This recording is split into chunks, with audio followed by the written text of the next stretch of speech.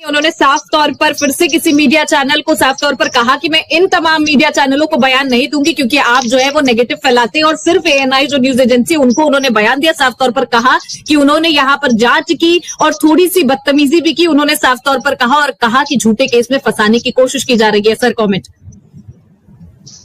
नहीं, देखिए वो अपना हक है, लोकतंत्र है, हर किसी को हक है वहां पर कि वो अपनी बात आगे रखें, और वो ये उनका खुद का निर्णय है कि किन पत्रकारों से, किन चैनल से वो बात करना चाहें, किनके साथ वो, किन पे वो भरोसा जताते हैं, किन पे नहीं भरोसा जताते, वो तो उनका निजी फैसला है।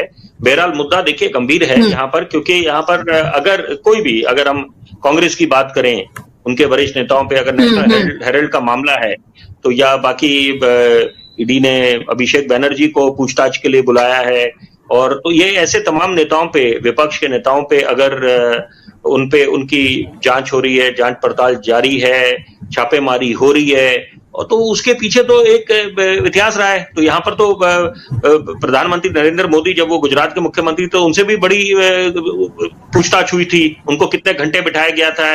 अमित शाह जीता जागता उदाहरण है।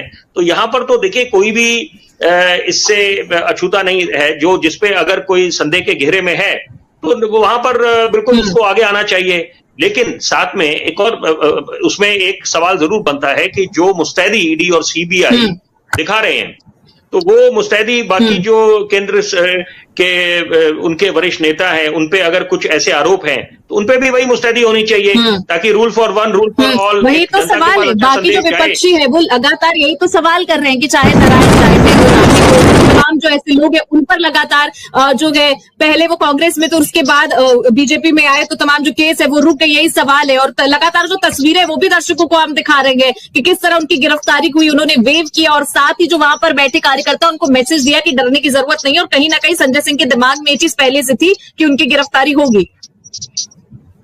नहीं, बिल्कुल ठीक है। देखिए वो तो अंदेशा होता ही है, हर किसी को, नेता है, सुलझे हुए नेता हैं, बड़े दबंग नेता हैं, बहुत बढ़िया तरीके से अपनी आवाज उठाते हैं। जो मुद्दे उठाए हैं उन्होंने एक आम आदमी पार्टी के सांसद बनकर, तो और जिस ओहदे तक वो पहुंचे हैं, तो वो अपनी जगह वो सबको पता है। लेकिन बहरहाल ये देखिए कि यहाँ पर सवाल सब पे बनेंगे कि अगर विपक्ष, जब वो लोग सत्ता पे थे, कांग्रेस पार्टी की अगर हम बात करें खास तौर पे, तो वहां पर भी कोई ना कोई तो कारण रहा होगा। जो माननीय सर्वोच्च न्यायालय ने, apex court of the country had made an observation, उन्होंने बोला कि सीबीआई क्या है, ये होता है जो पिंजरे में बंद है, केज्ड पैरेट। तो वो भी सबको पता है कि किसके कार्यकाल में बोला गया था। तो क्या तब सीबीआई का दुरुपयोग नहीं होता था? क्या सीबीआई का खौफ दिखा के समर्थन नहीं जुटाया जाता था? तो ये बातें देखिए, सब जनता जनार्दन होती है, जनता को सब भली भांति पता है कि यहाँ पर जांच एजेंसियां हैं। और वो अलग बात है कि एक समय आ गया है कि यहाँ पर जिसकी भी सरकार हो, जो भी सत्ता पे काबिज हो, कि वो एक अच्छा संदेश दे जनता के पास, देश के आवाम के पास, कि यहाँ पर जितनी जांच एजेंसियां हैं वो निष्पक्ष होके, निर्भीक होके काम करती हैं, इंडिपेंडेंट है। तो वो अच्छा एक जाएगा, ताकि इन अटकलों पे हमेशा के लिए विराम लग जाएगा। जो ये आरोप लगते हैं कि यहाँ पर ये स्वतंत्र नहीं है, किसी के दबाव में आके, केंद्र सरकार के दबाव में आके काम करते हैं, तो ये मुझे लगता है कि ये भी एक रिफॉर्म के तहत होना चाहिए। लेकिन यहाँ पर अगर कोई लोग जांच के घेरे में, जैसे मैं अब मिसाल के तौर पे बोलना चाहूंगा, मनीष सिसोदिया अगर जेल के पीछे हैं, तो उनकी जमानत कितनी बारी उसको खारिज करा गया, तो वो तो न्यायालय का रास्ता है, एक रास्ता उनके पास है ही।